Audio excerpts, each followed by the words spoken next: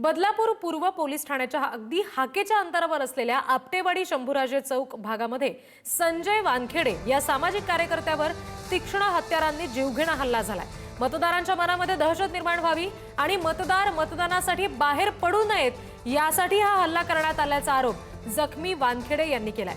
गुन्हेगारी पार्श्वभूमी असलेले ऋषिकेश चाळके उर्फ येडा बाबू याने आणि त्याच्या साथीदारांनी तीक्ष्ण हत्यारांना वानखेडे घरी जात असताना त्यांच्यावर हल्ला केला। त्यांच्या पोटाला, हाताला, पाठीला विविध ठिकाणी तीक्ष्ण हत्यारांनी वार करण्यात आले। सध्या जखमी वानखेडे यांच्यावर सुरुवातीला शासकीय ग्रामीण रुग्णालयात आणि त्यानंतर खासगी रुग्णालयामध्ये उपचार सुरू करण्यात आले।